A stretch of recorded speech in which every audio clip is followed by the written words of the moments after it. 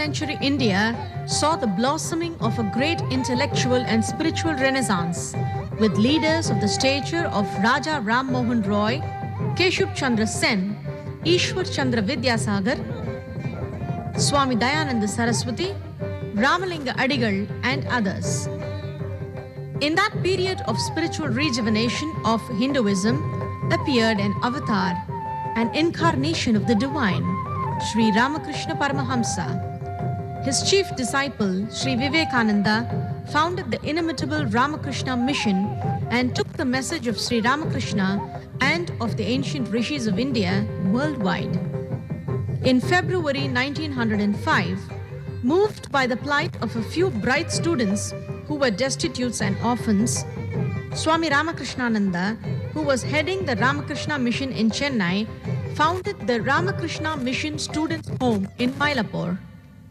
Appropriately called home and not an orphanage, the Ramakrishna Mission Students' Home completes its glorious centenary of exemplary track record in the service of the poor as God's own institution, hallowed by not only the blessings of the great monks of the Ramakrishna order, but also by visits of a great many luminaries of India, including Mahatma Gandhi, Jawaharlal Nehru, Annie Besant, and C. Rajagopalachari.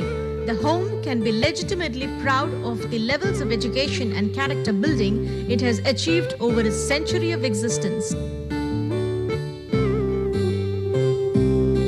A visit by His Excellency Dr. Abdul Kalam, President of India, was a prelude leading to the centenary celebrations which started a few months later. வாழ்க்கையில் டாக்டராக வேண்டும், லாயராக வேண்டும், இன்ஜினியராக வேண்டும், social ஒர்க்கராக வேண்டும். அதற்கு என்ன செய்ய வேண்டும்? போலீஸ் ஆஃபீஸராக வேண்டும். அதற்கு என்ன செய்ய வேண்டும்? முதல்ல அந்த லட்சியம் இருக்கணும் இல்லையா?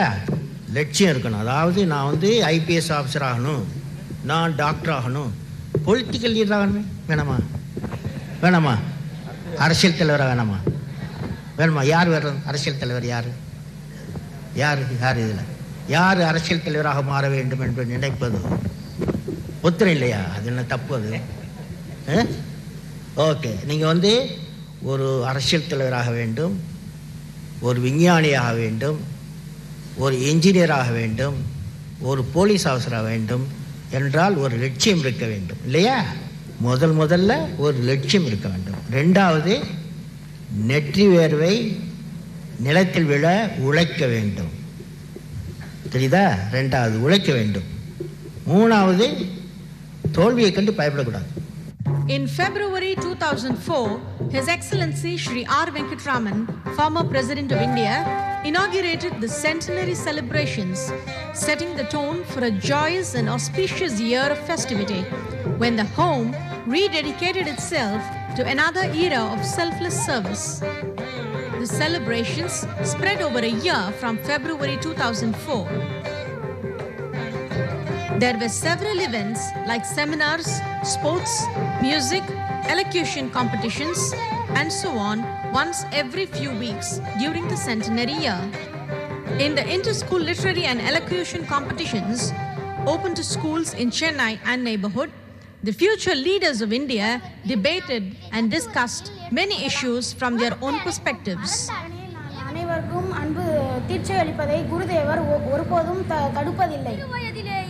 அன்பின் அடையாளமாகவும் அமைதியை விரும்புபவராகவும் எளியவராகவும் விளங்கினார். அவரது கிராமத்தில் மகத்தான ரிஷிகளின் திருப்பாதங்கள் இதோ இந்த பாரத மண்ணில் தான் நடை போட்டன. இங்குதான் மனிதனின் இயல்பு பற்றியும் அக உலகம் பற்றியும் இங்குதான் முதல். பணமே அங்கு பூசாரியாக உட்கார்ந்து கொள்ளும். வஞ்சகம், பலாத்காரம்.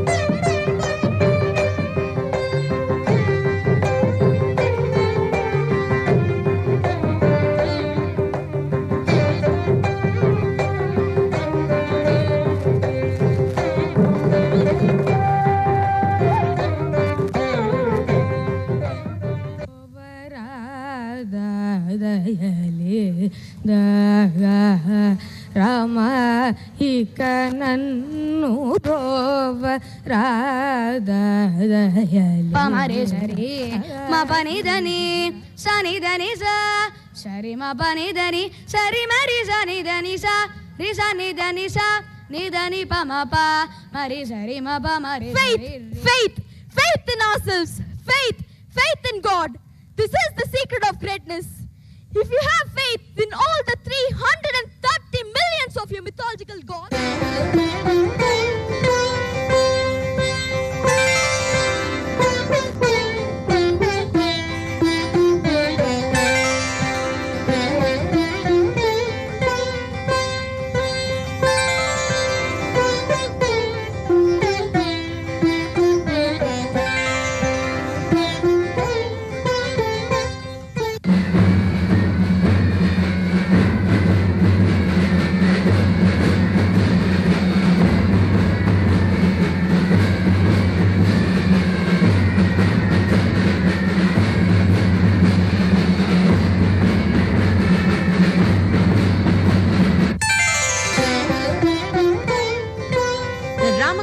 Mission Students' Home did not stop with involving students from all schools.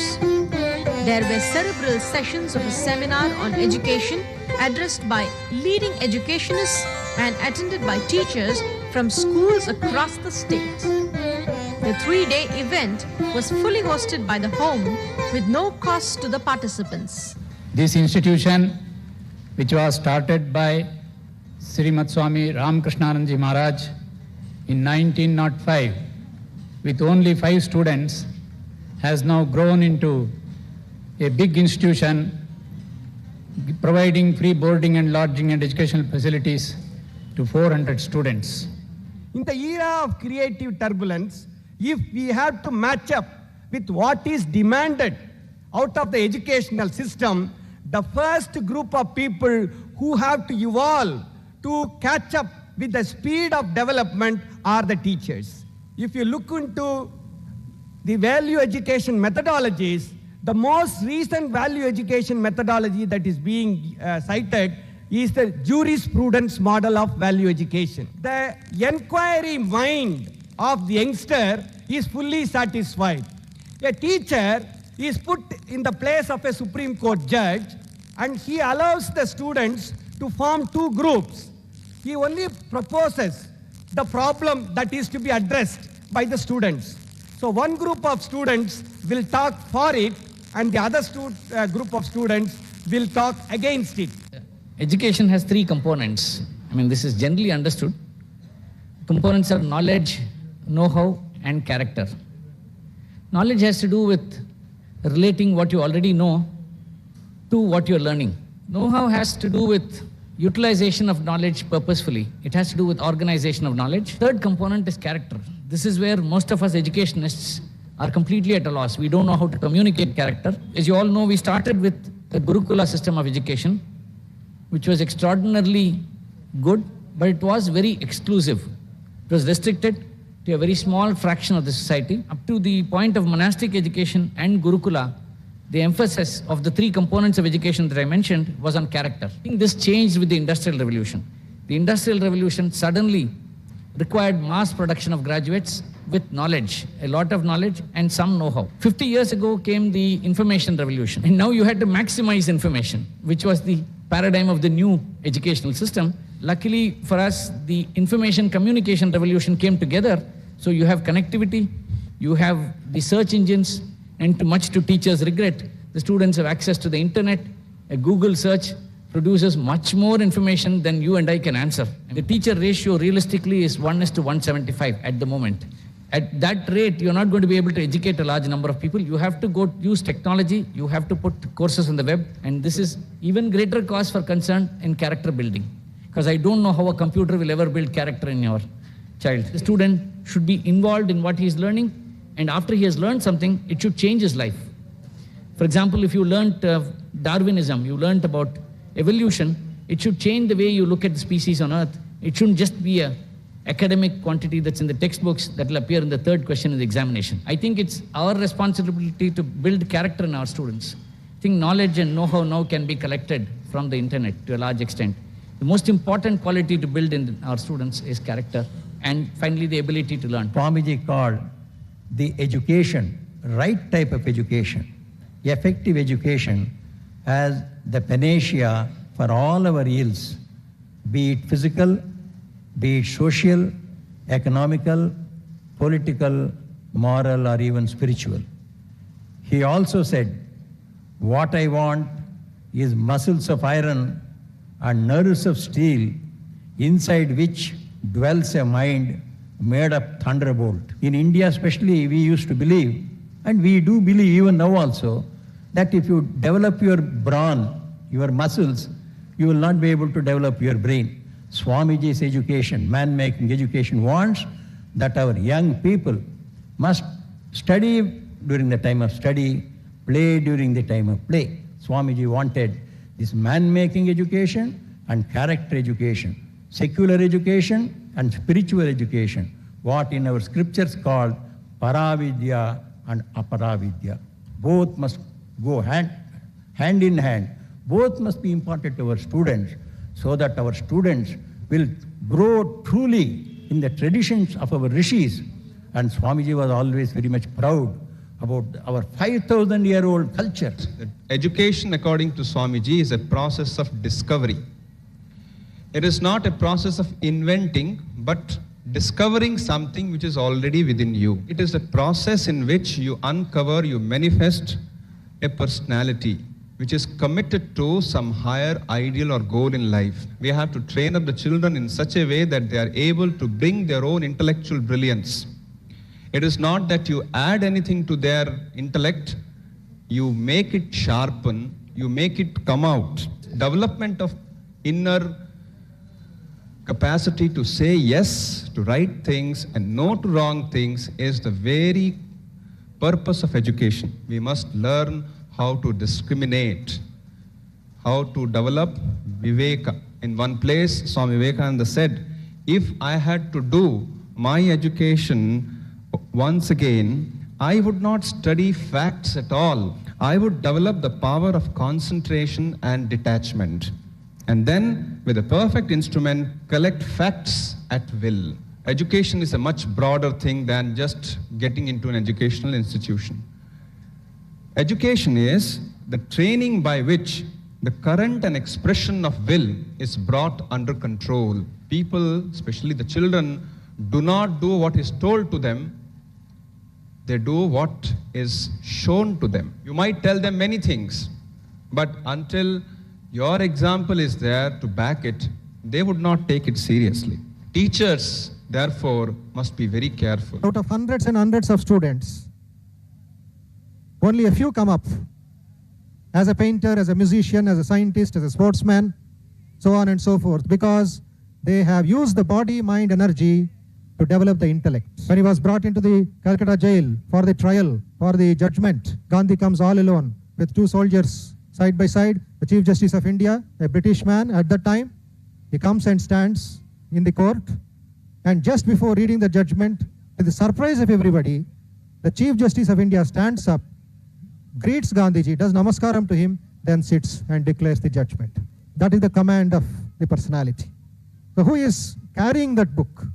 You are carrying physics with you. You are carrying mathematics with you. You are carrying history, Indian history, world history. What is your power? You are not dealing with only ordinary physics, chemistry, zoology, and botany. No. You are dealing with fire, dealing with pure sciences. Vivekananda says teacher has to become that subject.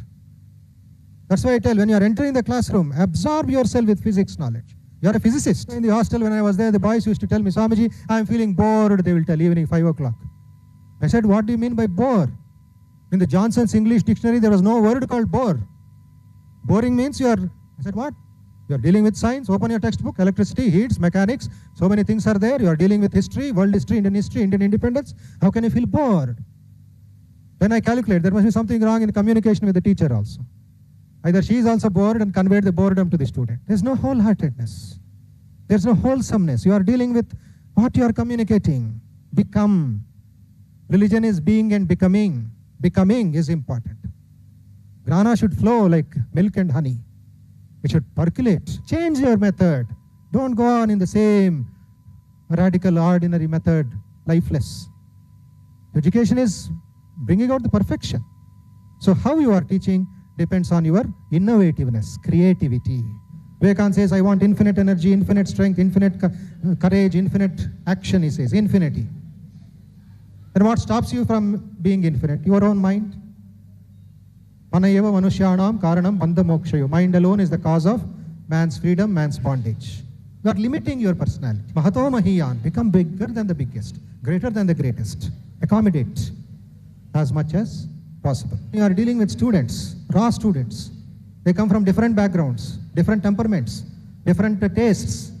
But then your mastery can sculpt them, can train them, can tune them. You should elevate yourself into a guru sthana.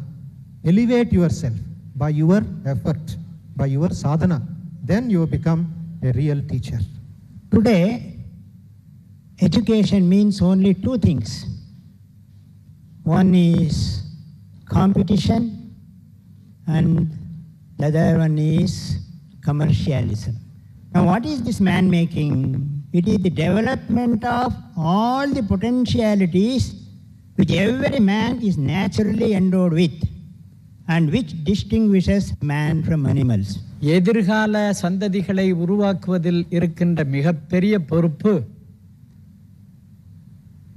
பொதுக்கல்வியில் உள்ள ஆசிரியர்களின் பொறுப்புதான். உயர்நிலைப் பள்ளி நிறைவு பெறுகிற வரையில் மாணவர்களுக்கு எத்தகைய ஒழுக்கத்தை நீங்கள் வழங்கியிருக்கிறீர்களோ அந்த ஒழுக்கம்தான் இறுதி வரை அவர்களுக்கு கை கொடுத்து காப்பாற்றுகின்ற உறுதுணையாக விளங்குகிறது. அறிவு இல்லாத ஒழுக்கம் பயனில்லை, ஒழுக்கம் இல்லாத அறிவும் பயனில்லை. அறிவும் வேண்டும், ஒழுக்கமும் வேண்டும்.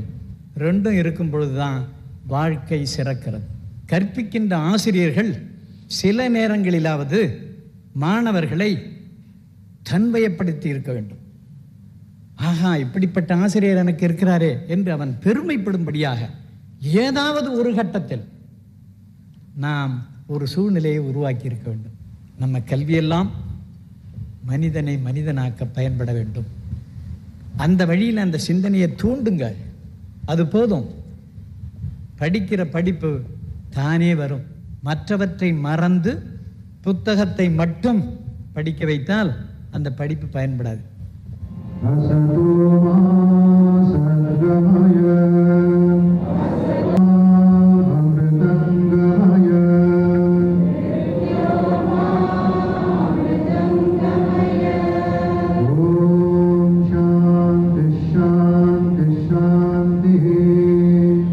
Teachers need to have extra shine, extra knowledge, extra magnetism, extra power to penetrate into the children's mind, students' mind, and give them a new vision of life, higher ideas, virtues, so that you infuse into the mind of a listening student in a classroom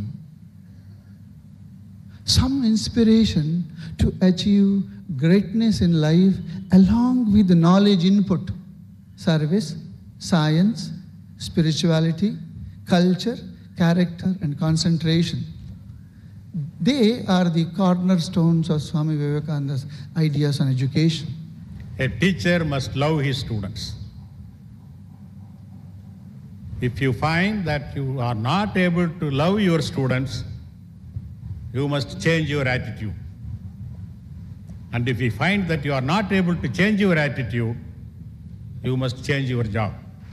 If you love your student and you are competent in your subject, you will never come across a student who fails to respect you and regard you as far as your profession is concerned. முதல் தலைமுறையாக கல்வி கற்பவர்கள், எனவே அவர்கள் கல்வி கற்பது மட்டும் போதாது, வாழ்க்கைக்கு வழிகாட்டுவதற்கும் ஆசிரியர்களை தவிர வேறு யாரும் இல்லை என்பதை நீங்கள் அறிந்து செயல்பட வேண்டிய ஒரு முக்கியமான கடமை இருக்கிறது.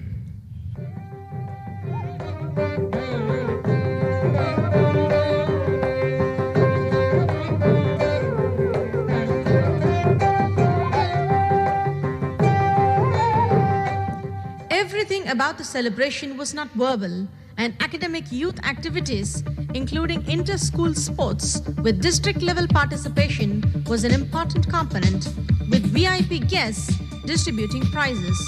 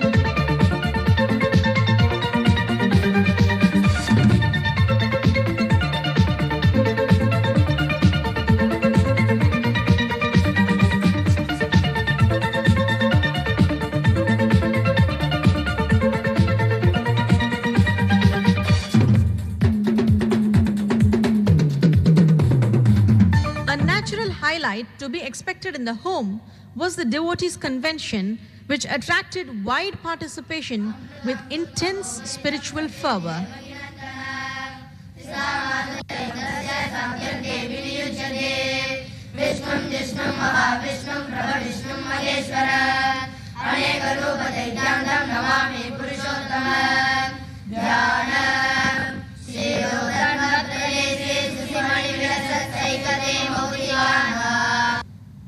Holy Mother, Sri Sharada Devi once told, and she must have repeated it on many occasions and many other occasions, spiritual life is nothing but fixing your mind on the lotus feet of God and be deeply absorbed in that divine experience. And Krishna says in the Gita, by constant practice, with the mind trained not to stray away here and there, by constant practice, you can attain to the highest by thinking about it constantly.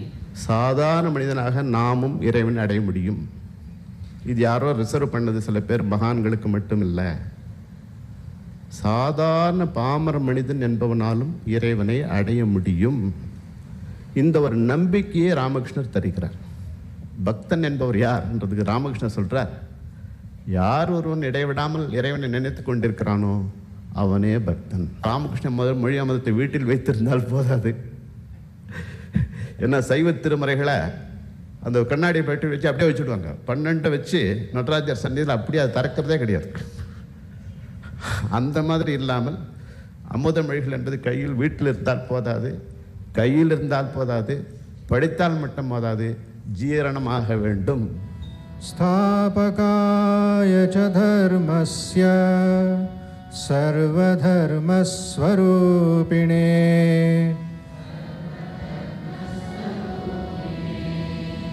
अवतारवरिष्ठाय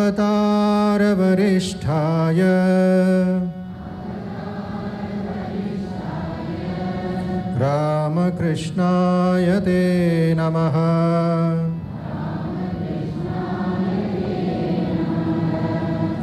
இறைவன் மறைந்திருக்கிறார். இறைவன் எங்கேயும் வந்து board போடலை, இதெல்லாம் நான் பண்ணினேன்னு. எழுதியவர், தொகுத்தவர் அப்படியெல்லாம் ஒன்றுமே பேர்கள் கிடையாது, எங்கேயுமே இல்லை. ஒரு பெரிய ஆர்கிடெக்ட் பண்ணிக்கிட்டு அந்த முற்றிலுமாக அதிலிருந்து விலகி இருப்பது மாதிரி இருக்கிறதுனால தான் அந்த கடவுளுடைய உலகம் இவ்வளோ பெர்ஃபெக்டாக இருக்குது. ஸோ எங்கே தன்னை மறைத்து கொண்டு நான் என்பது இல்லாமல் ஒரு வேலை செய்யப்படுகிறதோ அங்கே அந்த விதமான ஒரு பெர்ஃபெக்ஷன், ஒரு விதமான உயர்வை நம்ம பார்க்க முடியும். ராமகிருஷ்ணானந்தருடைய வேலைகள் அந்த மாதிரி. எங்கேயுமே அவரை பற்றி தெரியாது. நீ மெட்ராஸில் வந்து சூழ்நிலை சரியில்லை போல இருக்குது, ரொம்ப கஷ்டமாக இருந்ததுன்னா நீ அங்கே க்ளோஸ் பண்ணிவிடு சென்டரை, ராமேஸ்வரத்தில் வேணா ட்ரை பண்ண, இல்லைன்னா திரும்பி வந்துடுன்னு. அன்னைக்கு ஒரு வேளை சசி மகாராஜ் மட்டும் அதை செய்திருந்தால் நம்ம எல்லாம் அன்னைக்கு இங்கே இல்லை.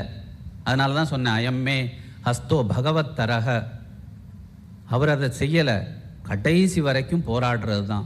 நம்மை போன்ற சாதாரண மனிதர்கள், விசேஷமாக குறிப்பாக பிற்காலத்தில் வந்தவர்கள், ஸ்ரீராமகிருஷ்ணனை பார்க்காதவர்கள், நமக்கு வழி என்ன, நாம் எவ்வாறு முன்னேறுவது, நம்மிடமும் அந்த அருள் சக்தி அவர் பரிபாலிப்பாரா, நம்மையும் காப்பாற்றுவாரா? ஒரு அவதாரத்தின் அருள் சக்தி மகத்தான அளவில் அவர் உலகத்திலிருந்து அவர் மறைந்த பிறகே அது விரிவாக ஆரம்பிக்கிறது. அவதாரத்தின் ஒரு பணி ஒரு வணங்கத்தக்க, நேசிக்கத்தக்க ஒரு உருவத்தை உலகத்தின் கண்களில் விட்டு செல்வதுதான் அது அவதாரத்தின் ஒரு பணி. இது ஒரு குறிக்கோள், லைக் எ கைட் போஸ்ட். இந்த அவதாரத்தின் மூலம் அந்த அவதாரத்தின் காலங்கடந்த, அது இந்த இந்திரியங்களுக்கு அப்பாற்பட்ட, உலகிற்கு அப்பாற்பட்ட, புலனுக்கு அப்பாற்பட்ட ஒரு ஆன்மீக உருவை குறிக்காட்டும் சின்னமே.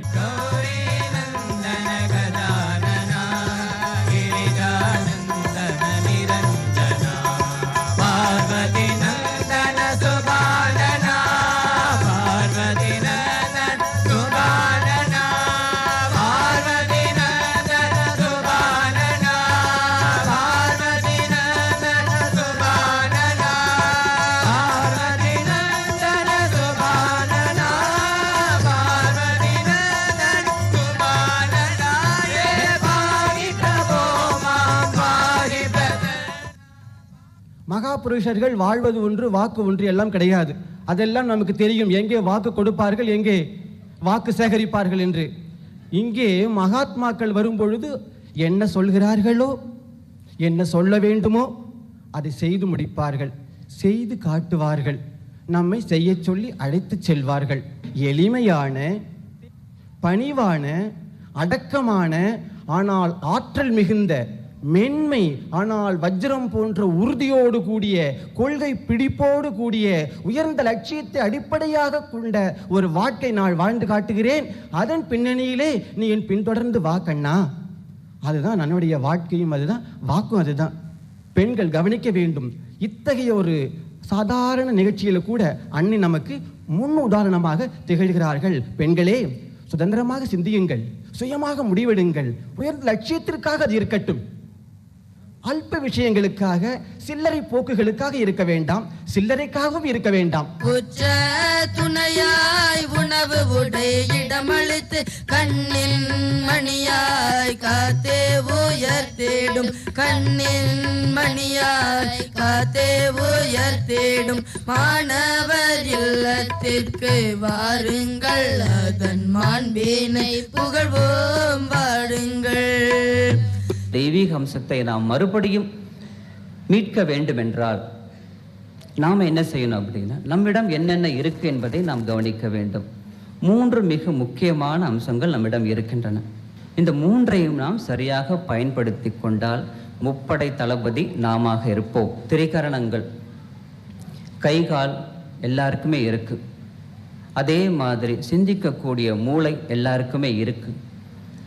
ஃபீல் பண்ணக்கூடிய ஹார்ட், அதாவது மற்றவர்களுக்காக ஏங்கக்கூடிய, மற்றவர்களுக்கு நன்மைக்காக சிந்திக்கக்கூடிய, ஏங்கக்கூடிய இந்த எண்ணங்கள் நிறைந்த அந்த மனசு நம்மக்கிட்ட இருக்கு. இந்த கைகால்களை சரியாக பயன்படுத்துவது கர்மயோகம்.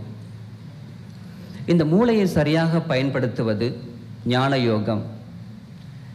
இந்த மனதில் எழக்கூடிய நல்ல உணர்ச்சிகளை சரியாக திசை திருப்புவது, இதற்கு என்ன பெயர் என்றால் பக்தி யோகம் என்று சொல்வார். கடவுளுக்கும் உனக்கு என்ன உறவு இருக்கு அப்படிங்கிறத மனசில் வச்சுக்கோ. அதாவது அவர் சொல்ல வந்தது என்னன்னா, நீ கடவுளிடம் இருந்து வந்தவன், இதை மட்டும் ஞாபகம் வச்சுக்கிட்டா போதும். மறுபடியும் நீ கடவுள் பக்கம் போகணும். கடவுள் உன்னை நேசிக்கிற மாதிரி நீ உன்னுடைய வாழ்க்கையை நீ வைத்துக்கொள்ள வேண்டும்.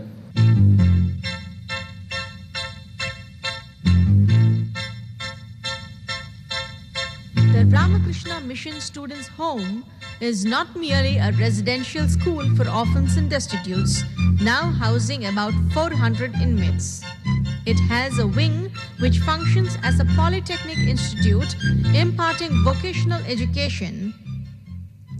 An inter-polytechnic literary competition was held to involve all the polytechnics of the area.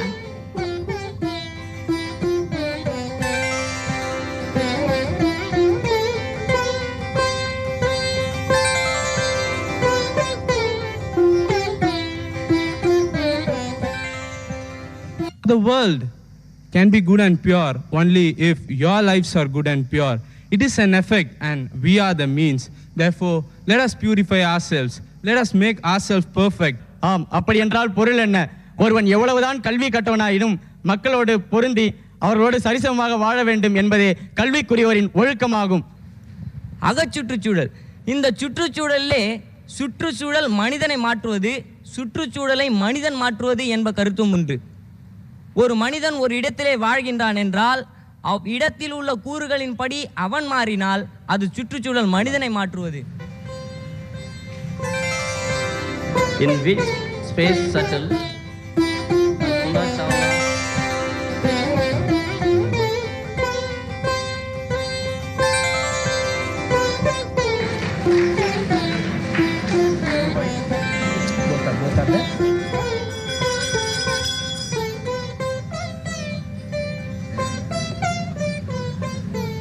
ஆயிரத்தி 1969 73 வரைக்கும் இங்கே நம்ம ஹோமில் ஸ்டூடெண்ட்டாக இருந்தேன்.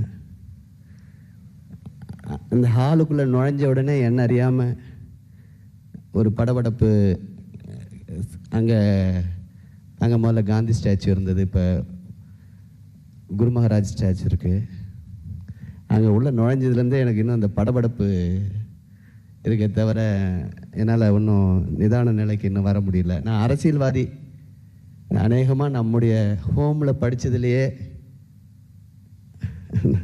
சார் சொல்லுவார், ஆர்மு சார் சொல்லுவார், நான் சொல்லுவேன் நான் பாலிடிக்ஸ்னு சாக்கடையில் விழுந்துட்டேன் அப்படின்னுவேன். இல்லை ஹோம் ஸ்டூடெண்ட்டு சாக்கடையில் விழுந்தது அந்த சாக்கடையை க்ளீன் பண்ணுறதுக்காக தானே ஒழிய நீ சாக்கடையில் விழுந்ததா நீ நினைக்காதன்னுவார். இன்றும் நிலையானதுன்னு நினைக்கக்கூடியவன் நான். அதாவது எதுவுமே பர்மனெண்ட்டு நான் நினைக்கவே மாட்டேன் என் லைஃப்பில். ஆனால் ஒன்று மட்டும்தான் பர்மனெண்ட்டு, நம்ம படிக்கிற படிப்பு மட்டும்தான் பர்மனெண்ட்டு. அதுதான் நமக்கு வாழ்க்கையில் எல்லா விதத்துலையும் துணை புரியுமே வழிய வேறு எதையும் நம்ம இருக்க முடியாது. That confidence that we can win, I can compete. You have the confidence that you are not the lowest. Just like Swamiji's that story, Nachiketa.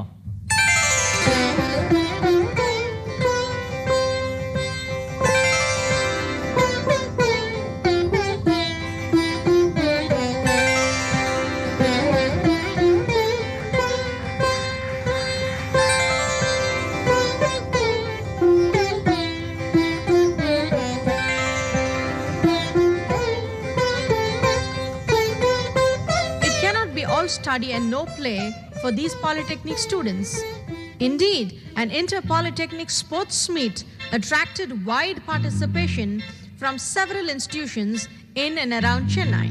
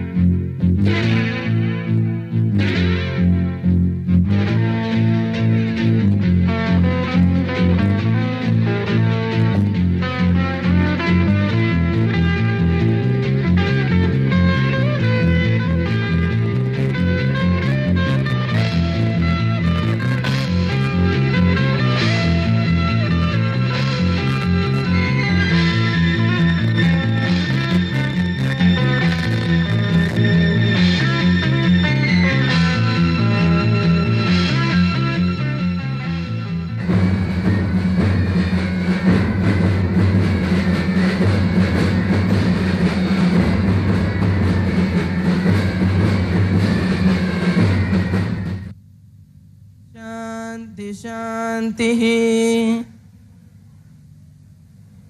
இங்கே இவ்வளவு ஒரு பிரமாதமான அற்புதமான நிகழ்ச்சியை நடத்தி அது விளையாட்டு சம்பவங்களை விளையாட்டாக எடுத்துக்கொள்ளாமல் அவ்விதம் அதிலே ஈடுபாடு கொண்டவர்களை எல்லாம் இங்கு அழைத்து பல பாலிடெக்னிக்களில் இருப்பவர்கள் எல்லாம் மாணவர்கள் எல்லாம் இங்கு வந்து பங்கேற்று அவர்களெல்லாம் இந்த சீரிய பெரியவர்களிடமிருந்து ஞானிகளிடமிருந்து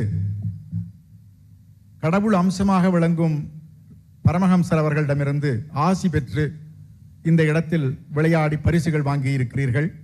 இது உங்கள் அனைவருக்கும், இங்கே வந்து விளையாடியவர்கள் அனைவருக்கும், பரிசு வாங்குபவர்களுக்கும், பரிசு வாங்க முயற்சி செய்தவர்களுக்கும் இது ஆசியாக அமையும்.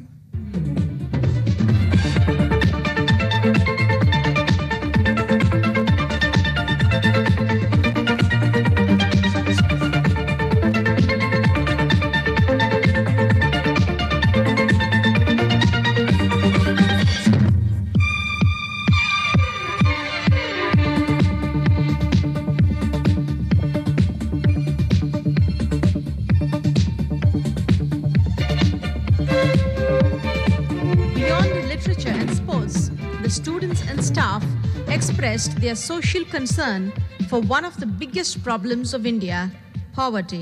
To understand the nature of poverty and the governmental and non-governmental efforts to fight poverty, a poverty alleviation seminar was addressed by eminent economists involved in studying developmental processes. We are not talking about poverty eradication. I think that is too big an order. That's something that probably is not achievable in a reasonable period of time. So what we are going to be talking about and what you have been practicing is poverty alleviation. Reduce the intensity of the suffering that is caused by poverty. That is poverty alleviation. Swami Vivekananda remarked that the whole of Kubera is the god of wealth, would not be sufficient to remove the poverty of one man if he is not properly educated.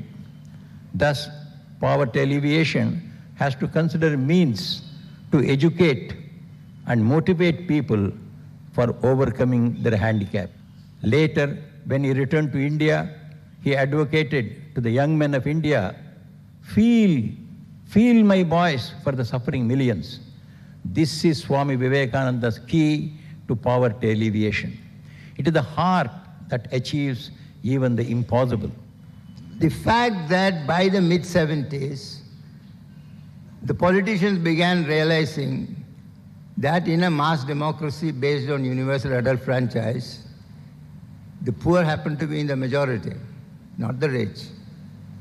The rich may have the resources, but if they want to get elected, they have to go and convince the large majority of the people that when they come to power, they will do something for their benefit, to alleviate their conditions. Hence the Garibi Hatao. What does the Garibi Hatao consist of? Several elements. One part of it is saying that if people are poor because they don't have incomes, they don't have incomes because there are not enough work opportunities, and therefore give them works programs, which will give them employment and a reasonable wage. The second element of it was that there are destitutes. It is sort of grown over time, proliferated over time. There are widows, there are old people, there are people who are maimed. Now, politicians have a way, for each one of them they devise a scheme. Their motivations ultimately may be questionable, but they did it and backed it up with resources. This wouldn't have happened, otherwise in many other countries people talk about rhetoric, but you don't back it up with actual commitment of resources. One of the reasons we do not notice changes is that in this country, changes by and large have not been violently caused. And therefore, we tend to assume that nothing has changed. As Dr. Vaidyanathan said earlier, it would be ridiculous to argue that there has been no improvement in this country. I don't think anybody can rationally make out such a case. Of course, more should have been done, but that you can say in practically every situation. So the political framework has also undergone changes. One of the examples of that is the 73rd and 74th amendments to the Constitution. In particular, the 73rd Amendment, which made the establishment of Panchayat Raj institutions constitutionally mandatory in all states. Now, of course, there is a flip side to this in the sense that all state governments are not necessarily equally committed to the welfare of Panchayat Raj institutions or to their efficient functioning. But the point is today, we have the right to move a court and say this government has not held elections for 5 years. That itself, I think, is an empowering process. Now, it's obvious that the political and economic dimensions are very closely, very intimately connected. You cannot have a reactionary political system and a progressive economic policy. That kind of combination simply will not work. If you have a political establishment which does not really care for or have empathy with the needs of the poor, you cannot expect an economic policy which is orientated towards the betterment of the poor. So the two are inextricably well woven. Now, in the social dimension, what do we find? We find that certain institutions, which at a particular point in the history of this country acted as points of integration, as integrative influences, have now turned out to be extremely divisive influences. Caste actually is one such institution. There was a time when caste organizations really attended to the requirements of the less better off in their own groups. Now, what we notice is the steady withdrawal of the state precisely from those areas where the state has to be most active, considering the poverty of this country and, of course, the gross inequalities, economic inequalities and social inequalities. But then I think decentralization in this country will work only when the entire relationship between these three units, union level, state level, and panchayat levels, is clarified much better. I certainly don't want to leave you all with the impression that microcredit is the ideal solution for poverty. There are, of course, several dimensions of poverty, all of which cannot be addressed by microcredit alone. Do we have the energy and capacity to meet these challenges? Notwithstanding this, the climate today is favorable for women and self-help groups to reel themselves out of poverty. However, this youth, which is a potential resource, can be both a blessing as well as a threat. It will be a blessing if we enable through education gainful employment of the youth. On the other hand, if we ignore this point, there can be a large number of discontented youth, which will be a problem for the country. There is an environmental aspect of poverty alleviation. So poverty alleviation to me cannot be solved either by technology alone, though I am going to come to that, or science alone, of which I have been a student for the last 40 years, or by any particular single factor. It is the conglomeration, it is the combinations of several factors of which the spiritual, ethical, and environmental aspects are very, very dominant. What has happened in India is they have fixed the poverty line based on the consumption pattern that prevailed in 1973-74. Now, let's suppose that in the beginning of the 70s, a dhoti was not a necessity. Or a shirt, let us assume, at least the shirt definitely was not a necessity in the rural community. But today, shirt has become a necessity. It has become a necessary commodity. Should we include it in the commodity of needs or not, basic needs or not? That's the question which has to be addressed. But here, government has forgotten about all this thing. They have fixed the norm based on 1973-74, and they don't want to relook at that. There is no dearth of literature. There is no dearth of statistics. There is no dearth of strategies. There is no dearth of schemes. Everything that you can think of is already there. And we are not without success stories either. We have a lot of success stories in this country of which we can be proud. Please name only one factor that stands in the way of rapid poverty alleviation in this country. If you say, I would say, failure of implementation. First of all, if you want to have good implementation, you must have administration with a human face. We will have to develop the capacity to weep.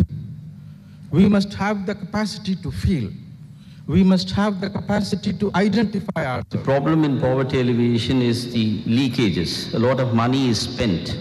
There have been various figures given. Rajiv Gandhi's startling disclosure about how much in a rupee actually goes down to the intended beneficiaries of the program. Creative, positive education to create self-reliant job. They must be job creators, not the job seekers.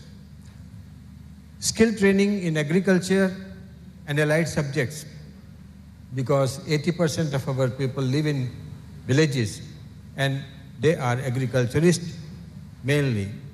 Entrepreneurship and enterprise, availability of financial resources like bank loan, etc.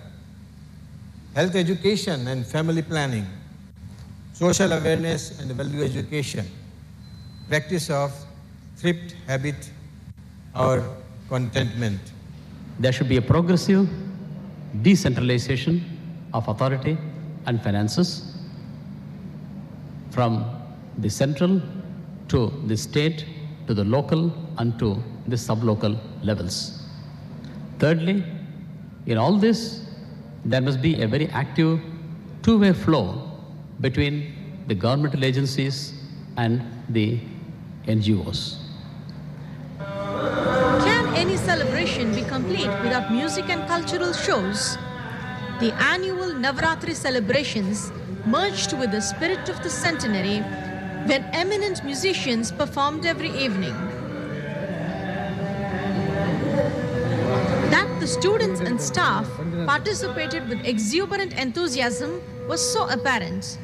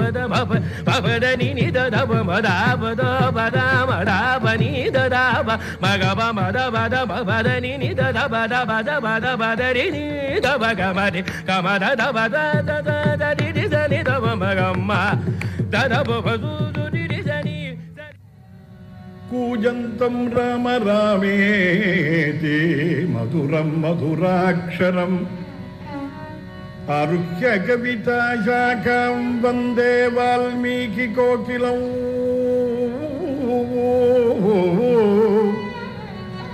अञ्जनानन्दनं वीरं जानकीशोकनाशनं कपीशमक्षहन्तारं वन्दे लङ्काभयं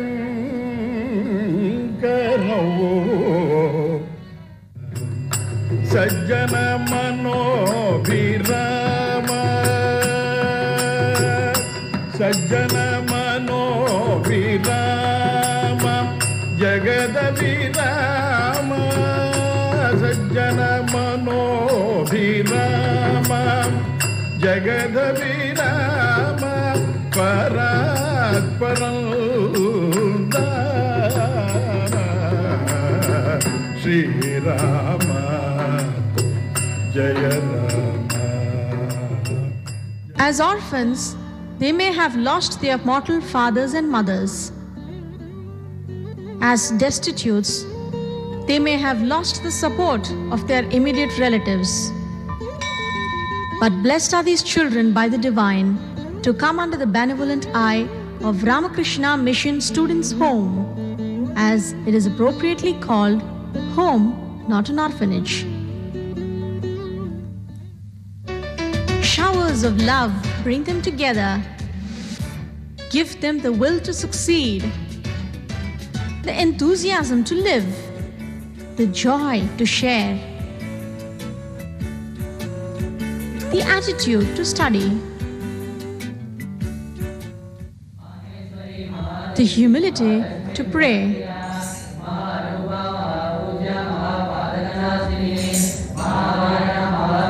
and the inclination to be elevated spiritually.